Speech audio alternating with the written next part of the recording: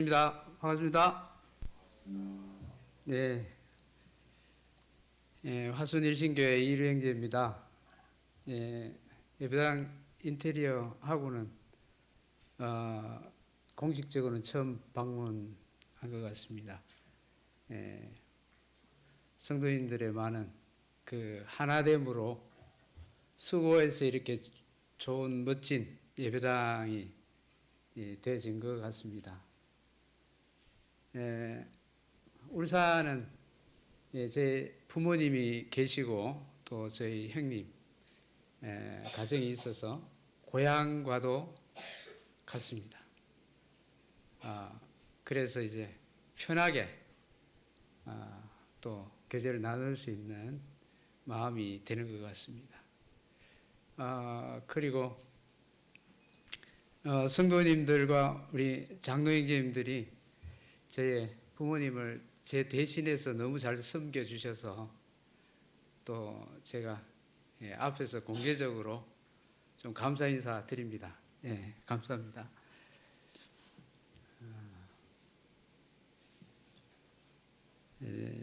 오늘은 좀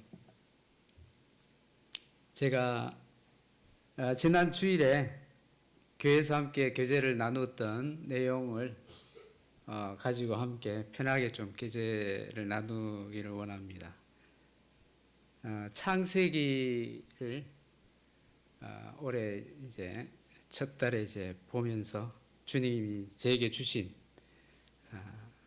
교훈을 성도님들과 함께 나누게 되어서 또 울산에서 또 함께 나누기를 원합니다. 주님께서 우리의 그 세속화되고 또 방치된 이러한 신앙에서 이제 구별되고 좀 활성화된 이런 신앙이 되기를 주님께서 그렇게 해주시기를 원합니다. 작년 한 해를 이렇게 돌아보면서 어떤 방치된 것에 대해서 주님이 좀 생각하게 하시는 그런 해였던 것 같습니다. 중국에는 이렇게 예배당이 이제 인테리어를 새로 이렇게 하셨는데 저희 교회 예배당이 오랫동안 이제 바닥에 이제 물이 이제 비가 오면 스며들어서 늘 이제 예배당이 좀 축축하고 눅눅하고 이 예배당이 가쪽이 비가 오면 장마철 같은 경우는 이제 물이 흥건하게 이렇게 고이고 그랬습니다. 한 십몇 년을 그렇게 어떻게 보면 방치되어 있었는데 주님이 작년에 이제 주님 은혜의 그 손길로 어떤 성도님을 통해서 한 1,000여만 원이 들어가는 그 공사 비용으로 무료로 주님께서 할 수 있도록 은혜를 베풀어 주셨어요. 그래서 이제 그 예배당이 이제 가쪽으로 이제 고를 내고 해가지고 이제 물이 이제 달려들지 못하도록 수리하는 이런 은혜를 입게 됐습니다. 또 이제 제 건강에 있어서도 좀 이렇게 많이 좀 방치해두고 생각하지 않고 이렇게 좀 보냈던 것 같습니다. 그래서 이제 작년 말에 이제 또 그 검사를 해보니까 이제 이 장 쪽이 이제 많이 굳어져 있다고 좀 굉장히 이제 안 좋다고 이렇게 해서 건강도 다시 좀 새롭게 챙겨야 되는 이런 상황이 된 것 같습니다. 그런 면에서 이제 또 저나 우리 형제자매들의 혹시 이제 방치된 그런 그 신앙생활이 있어서 그런 것은 없는지 또 생각을 한번 해 보게 됩니다. 그러면서 이제 창세기를 이렇게 한번 더 이렇게 또 묵상을 해 보게 될 때 이 하나님의 뜻을 잘 이렇게 드러낸 성경의 그 청사진이 이 창세기에 잘 묘사된 것 같습니다. 또 인류 역사의 어떤 설계도, 조감도 같은 이런 내용으로 창세기가 꾸며져 있는 것 같습니다. 하나님께서 이 창세기를 통해서 이 속성이 같은 것은 이제 하나 되게 이렇게 하시고, 속성이 다른 것은 하나님이 이렇게 분리하시는 것을 보게 됩니다. 이제 그에 반해 사탄 마귀는 하나 된 것을 반대로 이제 분리하는 일을 하고, 또 이 다른 것은 뭉쳐서 하나 되게 해서 하나님의 역사를 방해하고 질서를 무너뜨리는 일을 하고 있는 그런 모습을 또 보게 됩니다. 그래서 이 창세기를 이제 보게 될 때 세 가지 종류로 이렇게 생각을 해보게 됩니다. 첫째는 이제 창조의 두 종류를 생각해 보게 되고, 그 다음에 또 세력의 두 종류가 있다. 그리고 이제 세 번째, 이 사람에 있어서도 두 종류가 있다고 이 창세기에서 뚜렷하게 이렇게 보여주시는 것을 보게 됩니다. 창조의 두 종류에 있어서는 이 속성이 다른 것을 하나님이 분리하시는 모습을 보게 됩니다. 하나님께서 태초에 천지를 창조하시면서 빛이 있으라 하시고, 하나님 보시기에 좋았더라고 계속 반복적으로 말씀을 하고 있는 것을 보게 됩니다. 잘 아시는 대로 첫째 날부터 여섯째 날까지 하나님께서 두 종류씩 이렇게 나누어서 계속 창조해 가시는 것을 봅니다. 빛과 어둠을 나누시고, 물과 땅을 나누시고, 또 풀과 씨 가진 식물을 나누시고, 또 낮과 밤을 나누시고, 또 물속의 생물과 하늘의 새들을 또 나누시고, 마지막 여섯째 날에는 동물과 사람을, 이 두 종류를 하나님께서 나누셨습니다. 그런데 이제 마지막 그 여섯째 날에 하나님께서 동물과 사람을 창조하실 때 그 창조를 다르게 창조하신 것을 봅니다. 사람은 하나님의 형상을 따라 만드셨다고 분명하게 말씀하고 있는데, 창세기 1장 25절 우리 한번 읽어볼까요? 앞에 말씀 보이신가요? 1장 25절, 26절 우리 형제자매들 한번 좀 읽어주시겠습니까?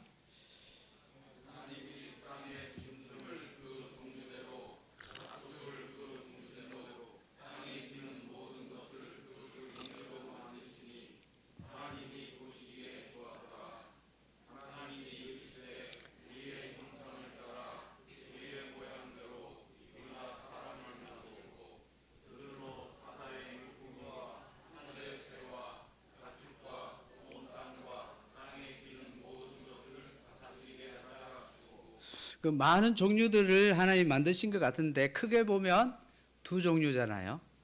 동물과 사람을 하나님께서 다르게 이렇게 창조하셨습니다. 이 사람만은 유일하게 하나님의 형상대로 만드셨다고 분명하게 말씀하고 있습니다. 하나님께서 이 사람을 하나님의 형상대로, 이 하나님의 형상이 무엇이겠습니까? 삼위일체의 그 하나님 그 형상을 따라서 사람도 하나님께서 몸과 혼과 영을 만드시고, 하나님의 지혜와 그 능력과 또 하나님의 그 사랑과 그 거룩함을 따라서 하나님께서 이 사람을 하나님의 형상을 따라 만드셨습니다. 그래서 다른 하나님이 이 6일 동안 만드신 어떤 피조물과 다른 이 사람과 하나님과 교제할 수 있는 하나됨의 공동체로 하나님께서 만드셨습니다. 그래서 하나님이 이렇게 만드시고 하나님이 좋아하셨습니다.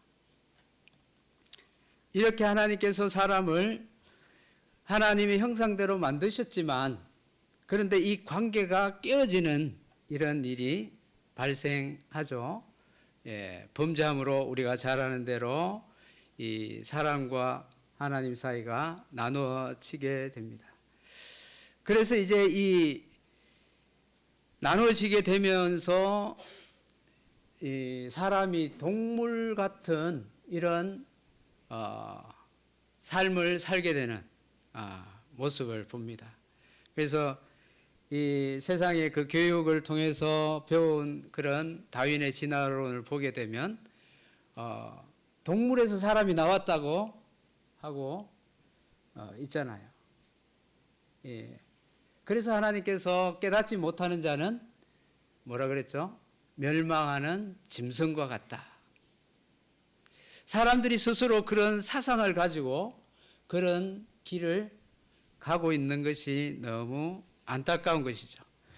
또 너무 또 불행하게도 이것이 교회 안에까지 들어와서 유신 진화론까지 받아들이는 오늘날 많은 교회 청년들이 이렇게 따라가고 있는 것을 볼 때 너무 마음이 또 아픈 부분입니다. 하나님께서 또 남자와 여자를 만드셨습니다. 이 너무나 당연한 일인데 남자와 여자를 이렇게 두 성을 이렇게 만드셨는데 오늘날에는 왜 이 두 성을 이야기하는 것이 왜 또 이렇게 힘들고 어려운 세상이 되었는지 모르겠습니다. 이번에 미국의 대통령 새로 취임하면서 우리 미국은 남성과 여성만 있습니다. 이렇게 이야기한 그 혹시 그 취임식 때 한 연설을 들으신 분이 계신가 모르겠습니다. 얼마나 많은 그 다양한 성들을 만들어서 오늘날 혼잡하게 하고 있는지 정말 그리스도 안에 있는 성도들은 이 부분이 심히 안타깝고 혼란스러운 참 그런 충격적인 그런 사실임을 우리는 봅니다. 당연한 것을 말하는 것인데 오히려 그런 말을 하는 것에 대해서 같이 기뻐하고 환영을 해야 되는지 또 지난 미국의 대통령들이 그 취임식 때 기도하면은 여러 신들의 이름으로 기도합니다 하고 이렇게 그 목사들이라고 하는 그런 분들이 그렇게 이렇게 기도하는 것도 너무 이제 충격적이었어요. 그런데 이번에 그 목사님 기도하는 데는 왕 중의 왕, 우리 죄에서 구원해 주신 그 구세주 예수 그리스도 이름으로 기도합니다 할 때 얼마나 그것도 감동적인지 참 세상이 그렇습니다. 그래서 하나님께서 이 창조의 질서를 무너뜨려가는 이러한 오늘날의 현실이 참 안타까운데 여기 바로 이 세력의 두 종류가 있음을 봅니다. 한 세력은 이 뱀의 후손과 또 한 세력은 여자의 후손입니다. 창조의 두 속성도 함께 할 수 없어서 나누어진 것처럼 이 두 세력 간에도 나누어서 맞서 싸우고 있는 모습을 창세기 3장에서 하나님께서 말씀하고 있습니다. 먼저 하나님께서 여자의 후손 메시아를 통해서 어떤 분인지 이 창세기를 통해서 또 드러내십니다. 창세기 1장에서 천지를 창조하시면서 이 메시아는 여자의 후손으로 오시는 이 메시아는 창조자임을 분명하게 또 말씀하고 또 아담을 통해서 범죄함으로 인해서 대속자가 있게 될 것을 또 암시해 주셨습니다. 또 노아 홍수를 통해서는 노아 방주를 통해서 구원자가 있음을 말씀하시고 아브라함을 통해서는 복의 근원, 이삭을 통해서는 상속자, 또 야곱을 통해서는 승리자, 요셉을 통해서는 통치자의 이름으로 오실 여자의 후손 되시는 우리 메시아 예수 그리스도를 예표해주고 있는 모습도 발견하게 됩니다. 그에 반해서 이 뱀의 후손은 창세기 1장에서 어둠의 세력으로 등장하고 그리고 아담과 하와를 간교하게 미혹한 간교한 자요 이간자임을 보게 되고 또 가인을 통해서는 살인자, 또 노아 홍수를 통해서는 심판받을 자, 이스마엘을 통해서는 상속받지 못할 자, 그리고 에서를 통해서는 땅의 쟁취자, 또 요셉과 바로 왕을 통해서는 통치권을 이제 상실한 자. 이 아담과 하와의 범죄로 말미암아서 이 세상을 다스리는 그 권한을 사람이 가졌음에도 불구하고 통치권이 빼앗겼다가 요셉으로 인해서 다시 그 통치권을 되찾는 그런 모습을 봅니다.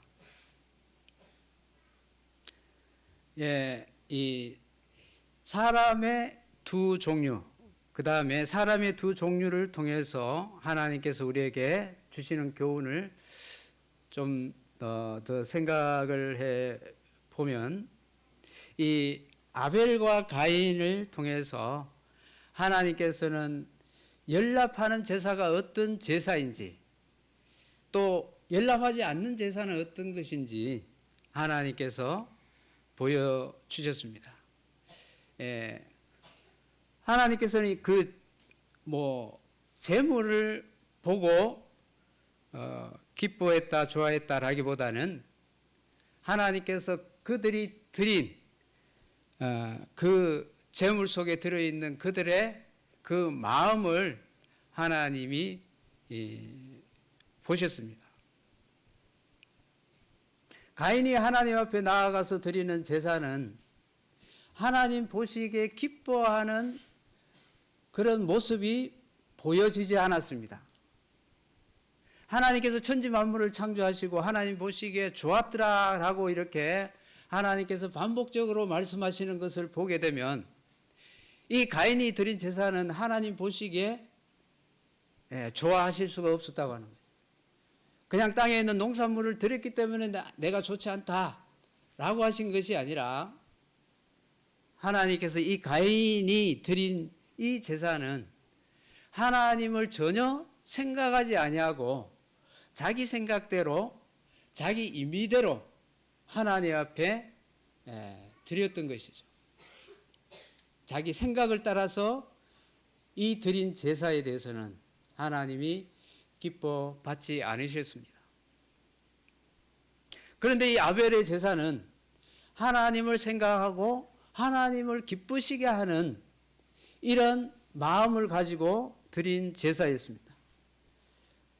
아벨의 제사는 그냥 땅의 소산으로만 드렸다라고 이렇게 말하고 있습니다. 그런데 아벨이 드린 제사는 양의 첫 새끼와 그 기름으로 드렸다라고 이렇게 말씀하고 있습니다. 이 제물 속에는 무엇이 그려져 있었겠습니까? 우리 주 예수 그리스도 그 모습이 그려져 있었던 것이죠. 그런데 가인과 아벨에게 하나님께서 제사를 이렇게 드리라고 이렇게 가르치시거나 하나님이 따로 명령하시거나 그런 모습은 성경에서 보이지는 않습니다.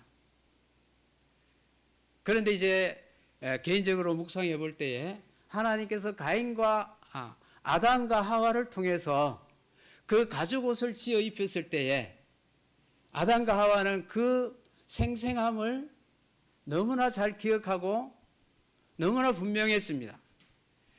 자기들은 그 무화과 나무 잎으로 그 부끄러운 부분을 가리고 있었는데 하나님께서 자기들의 이 부끄러운 부분을 가리기 위해서 그 한 마리의 짐승이 희생되어지고 그 피를 흘리고 또 그 가죽으로 우리의 부끄러운 부분을 가려주셨다 라고 그 자녀들에게 말하고 또 교육했다는 것을 생각을 해보게 됩니다.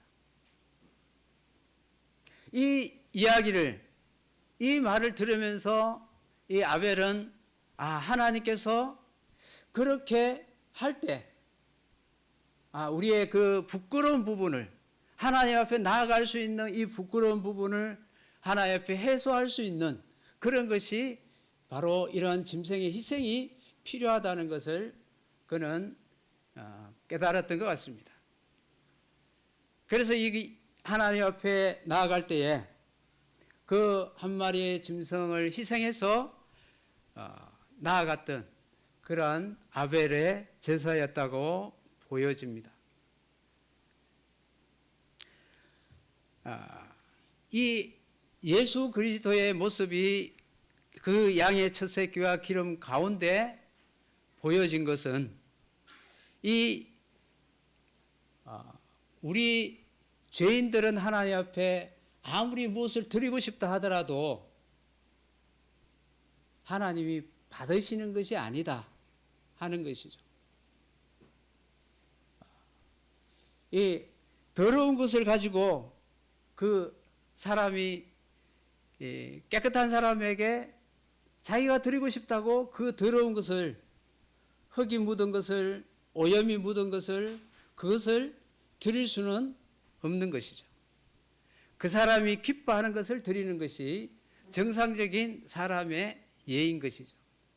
그렇다면 하나님 앞에 나아가는 우리 죄인들이 그냥 이렇게 나아갈 수 있겠느냐? 나아갈 수 없다는 것이죠. 이 제사를 통해서 하나님 앞에 나아가는 인간의 그 모습의 자세를 이 아벨의 제사에서 보게 됩니다. 그것은 이 죄인을 위해서 희생되어지는 그런 것이 없이는 하나님 앞에 감사를 드릴 수도 없고 나아갈 수도 없고 제물을 드릴 수 없다는 이 아벨의 제사는 히브리서에서는 더 나은 제사라고, 믿음으로 드린 이 더 나은 제사라고 하나님께서 말씀하고 있습니다. 우리 그리스도인들의 그 삶 속에서도 예수 그리스도가 드러나는 이 삶이 하나님께서 기뻐하는 그리스도인의 이 산 제사라고 믿습니다. 주님께서 우리가 거룩하고 이 세상에서 구별되어진 이런 산 제사를 하나님께서 드리기를 원하고 계십니다. 내가 그냥 생각해서 내 마음에 원하는 대로, 내가 기뻐하는 대로, 내가 좋아하는 대로 하나님을 섬기는 것이 아니라 하나님이 기뻐하신다고 하는 이 초점을 우리가 잃어버린다면 우리는 내 기준으로, 내 생각으로 이렇게 나아가기가 쉽다고 봅니다. 내 기준이 아니라, 내 생각이 아니라, 내가 하나님을 기쁘시게 하는 것이 아니라 하나님이 기뻐하시는 것이 무엇일까? 하나님이 원하시는 것이 무엇일까? 그것을 우리가 생각한다면 그리스도인으로서 살아가는 데에 주님께서 우리에게 지혜를 주시고 우리의 길을 인도하시리라 확실히 믿습니다. 그 다음에 노아와 그 외 사람들을 우리는 봅니다. 이 노아와 그 외 사람들, 이 두 종류의 사람들은 한 사람의 부류는 경고를 받은 사람입니다. 그러나 한 사람의 부류는 경고를 무시한 자들입니다. 그들의 결과는 너무나도 비극적인, 한 부류는 구원을 받고 한 부류는 이 멸망의 심판을 받는 모습을 봅니다. 하나님의 말씀을 무시하는 자와 하나님의 말씀을 두려워하는 마음으로 받은 자의 그 모습, 이것이 두 사람의 그 결과를 다르게 만들었던 것을 우리는 봅니다. 오늘날에도 하나님의 말씀을 두려움으로 받아들인 자들은 예수 그리스도를 믿을 것이고, 하나님을 말씀을 두려워하지 않은 자는 예수 그리스도를 부인하고 믿지 않을 것입니다. 그들의 그 결과는 완전히 다른 결과를 초래한다는 것을 우리는 너무 잘 알고 있습니다. 그리고 아브라함과 롯을 보게 되면 이 아브라함은 하나님의 그 약속을 받고 말씀을 따라간 이러한 사람이었습니다. 그에 반해서 롯은 그저 혈육에 속한 사람이었을 뿐입니다. 이 아브라함의 조카,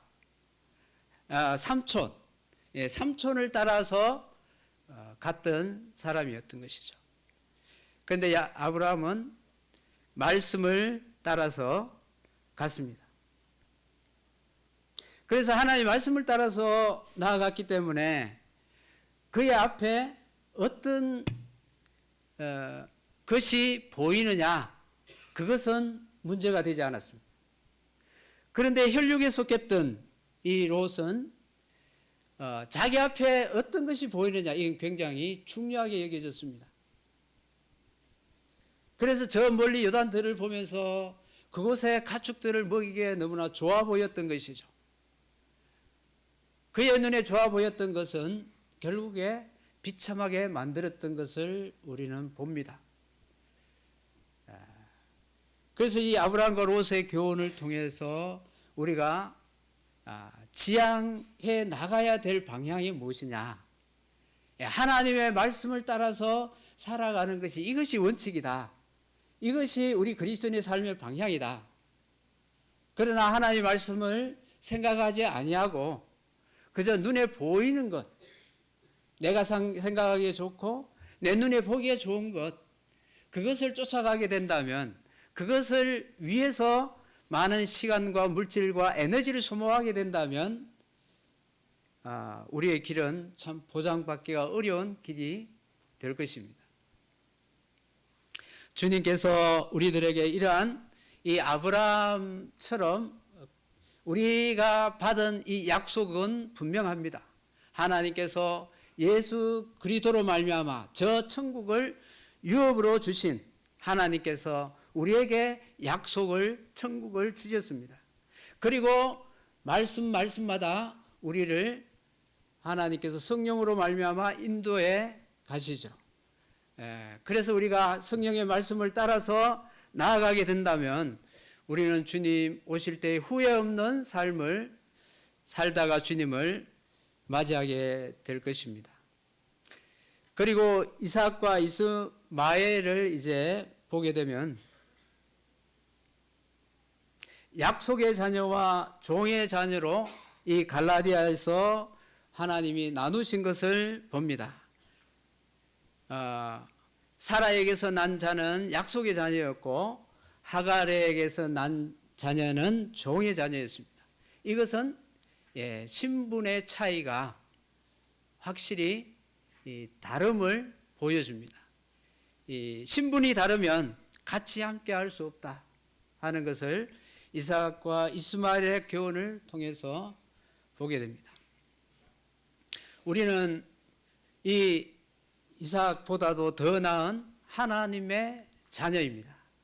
하늘에 속한 하나님의 자녀, 이보다 더 크고 놀라운 이러한 신분이 세상에 없습니다. 세상에 누구의 자녀와 우리가 비교할 수 있겠습니까? 하나님의 자녀만큼 더 놀랍고 크고 경이로운 이러한 신분은 세상에 없습니다. 하나님께서 이렇게 놀라운 신분을 우리에게 주셔서 이 죄로 말미암아 종살이야 하는 이 인생들과는 차원이 다름을 하나님께서 우리에게 보여주셨습니다. 그래서 하나님의 자녀로서 우리가 이 약속을 붙들고 나아가는 그리스도인의 삶이야말로 참으로 위대하고 아름다운 신분을 가지고 있는 것이죠. 그 다음에 이제 5번째 보게 되면 야곱과 에서를 봅니다. 이 야곱과 에서는 위의 것을 구하는 자와 땅의 것을 구하는 자의 차이인 것을 봅니다.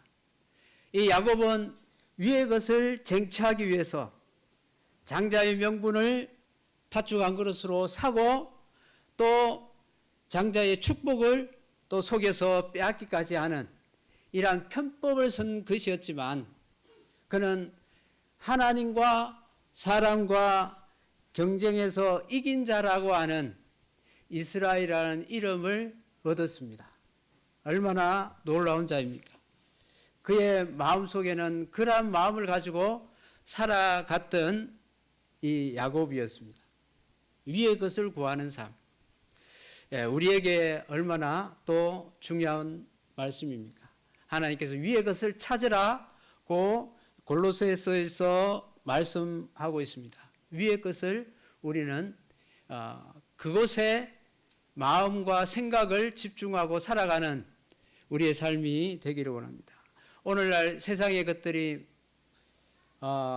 많이 좋아 보이고 또 탐스럽게 보인다 할지라도 그것을 위해서 우리의 시간과 에너지를 혹시 많이 쏟고 있다면 그 에너지를 이제 위의 것을 위해서 살아가는 이런 곳으로 에너지를 많이 우리가 써야 될 것입니다. 옛날보다도 오늘날 우리가 살고 있는 시대에는 굉장히 스피드가 빠른 시대입니다. 이런 시대에 옛날에 비하면은 하루에 그냥 한두 가지 하고 끝날 일을 오늘날에 얼마나 많은 것들을 합니까? 그런 가운데서도 우리는 늘 부족하다고 합니다. 세상에 해야 될 것들이 너무 우리를 많이 얼고 매고 있다고 하는 거죠. 그런 것들에 매여서 세상의 것들에 매여서 우리의 그 에너지를 참 많이 제 자신이 또 소모하고 있지 않는지 그런 것들을 또 생각을 해봅니다. 주님께서 우리의 마음을 위의 것에 초점을 맞춰서 살아가게 하시기를 원합니다. 이 마지막으로 이제 요셉과 그 형제들을 봅니다. 요셉을 묵상하면서 가장 그 주님을 많이 예표하고 있는 사람이 요셉인 것 같습니다. 은 20에 팔려간 것, 거기서부터 시작해서 예수님을 참 많이 보여주시는 것 같습니다. 팔려간 것과 그 다음에 노예로, 종으로, 또 감옥의 죄수로 이 점점점 이 요셉이 낮아지잖아요. 우리 주님도 그러셨잖아요. 가장 낮은 자가 되셨잖아요. 하나님의 아들로서 가장 높은 자이셨습니다. 그런데 이 지구에 오신 것도 예수님은 엄청나게 낮아지신 거예요. 이 지구가 얼마나 작은 별인지 아시죠?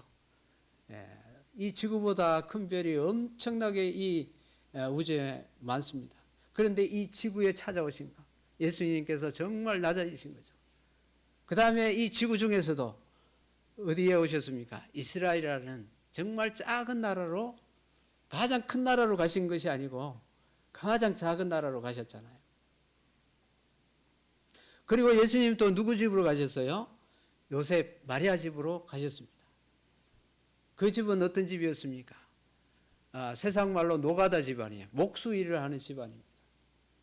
그런 아주 서민 중에서도 그런 천민 같은 이런 집안에서 예수님이 출생하셨습니다. 그리고 또 예수님이 누구와 더불어 이렇게 사셨습니까? 높은 자들하고 예수님이 사신 것이 아니고 가난한 자들과 병든 자들과 세상에서 무시당하는 이런 사람들과 예수님이 사셨잖아요. 그리고 예수님이 마지막에 법정으로 끌려가셨고 죄수가 되셨고 그리고 사형수가 되셨습니다. 예수님만큼 이 세상 인류 역사상 가장 낮아지신 분은 없습니다. 이 요셉이 바로 그런 예수님의 그런 모델을 취하고 있는 것 같아요. 점점 낮아져서 죄수로까지 이렇게 되었던 사람이었습니다. 그리고 집에서는 이 요셉이 어떤 사람이었습니까? 죽은 자였습니다. 예, 칼에 찔려서 짐승에게 잡혀서 죽은 짐승에게 잡아먹힌 이러한 죽은 자였습니다.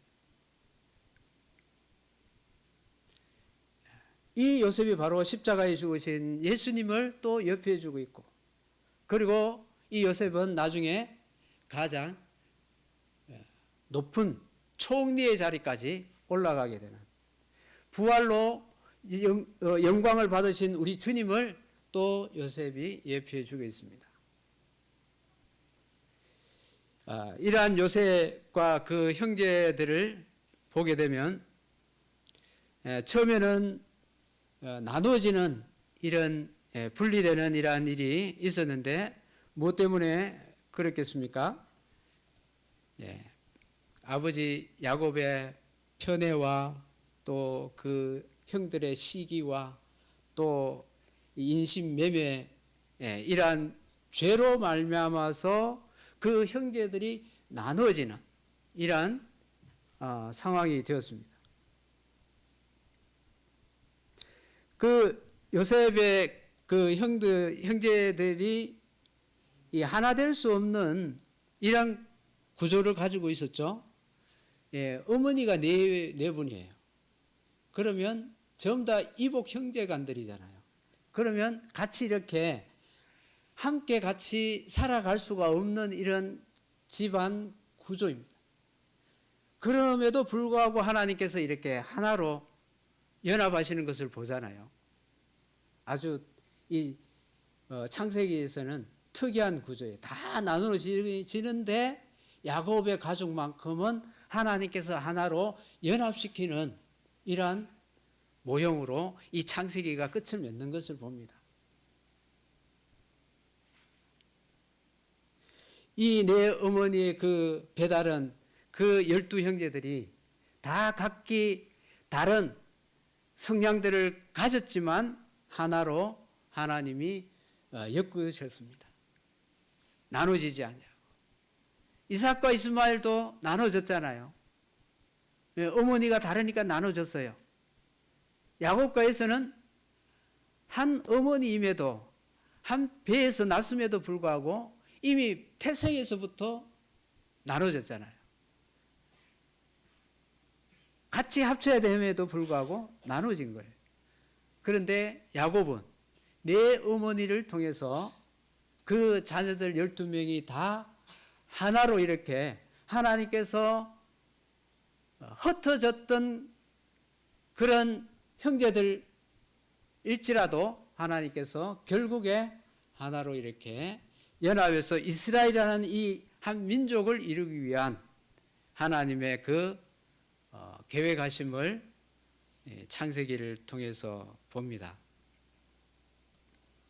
하나님께서 하나 되게 하신 것을 사람은 나눌 수가 없습니다. 이 하나됨에 그 하나님의 어떤 공식 같은 것이 있는 것 같습니다. 이것은 하나님께서 심히 요셉을 높이셨기 때문에 이렇게 하나 될 수가 있었습니다.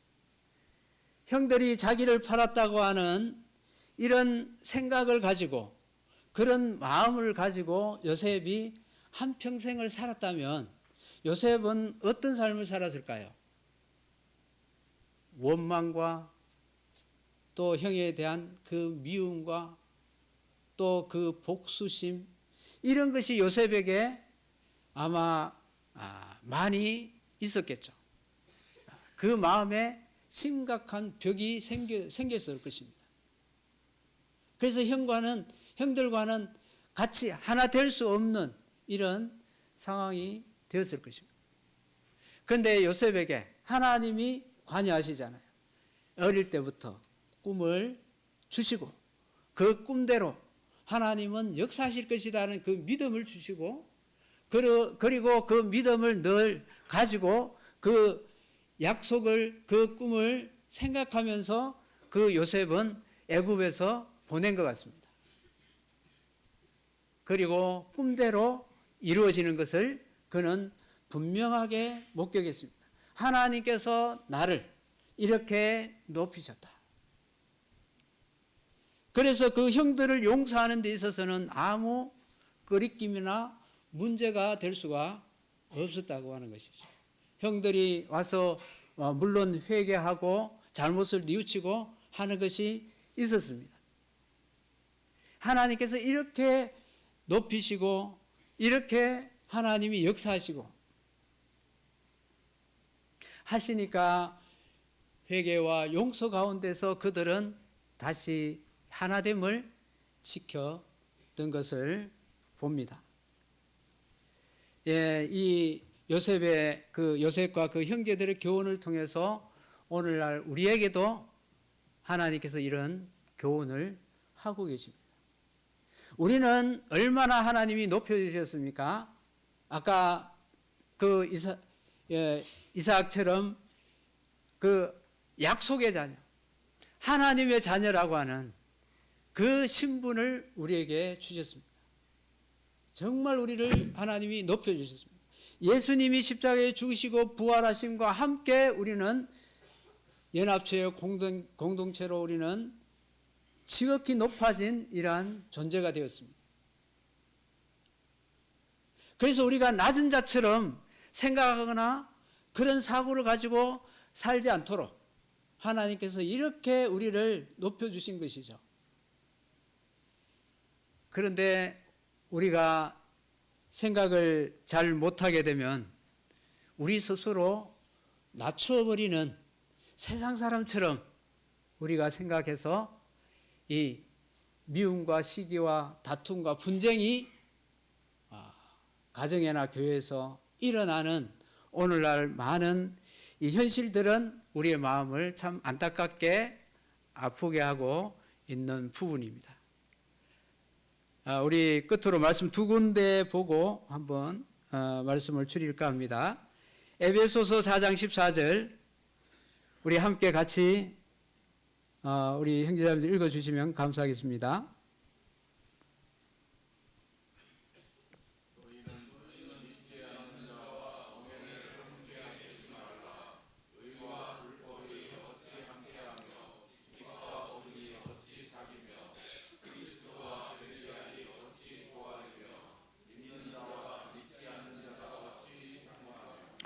예, 우리는 분명히 분리된 자임을 하나님이 말씀하고 있습니다. 세상과는 우리는 다른 사람이다. 같이 함께 할 수 없는 사람이다. 우리가 뭐 따로 세상 사람들을 만나지 말고 이야기도 하지 말고 그런 것이 아니라 우리의 속성 자체가 이미 다르다는 것을 우리는 신분이 다르고 속성이 다르고 우리의 위치를 확실히 하나님께서 정해 놓으셨습니다. 그러면 그 위치에 맞게 우리가 살아가는 것은 너무나 당연하다는 것이죠. 하나님께서 우리가 하나님의 속성을 우리 하나님의 형상을 따라 우리를 만드셨고 하나님께서 우리를 그리스도 안에서 구원함으로 하나님의 자녀가 되게 해주셨고 그것을 우리는 가지고 이 세상을 활기 있게 살아가야 될 그리스도인들입니다. 세상 사람들과 함께 시리에 빠져서 원망과 불평 가운데 살아가야 될 사람이 아니라고 하는 것이죠. 우리는 늘 감사하고 하나님께 영광을 돌리는 이러한 믿음의 그리스도인이라는 것을 우리는 분명하게 알고 믿고 있는 형제 자매님들입니다. 주님께서 우리를 세상과 분리되게 하셨기 때문에 우리가 세상과 밀접하게 관여해서 세상 사람들처럼 말과 마음과 생각과 행동을 하게 된다면 우리는 마귀를 정말 기쁘게 하는 사람이 될 것입니다. 하나님의 마음을 아프게 하게 되겠죠. 주님께서 우리의 마음을 하나님을 기쁘게 하시는 이러한 우리의 삶이 되기를 원합니다. 마지막에 한 구절 읽고 마치겠습니다. 4장 1절부터 우리 3절까지 같이 한번 또 읽어주시기 바랍니다.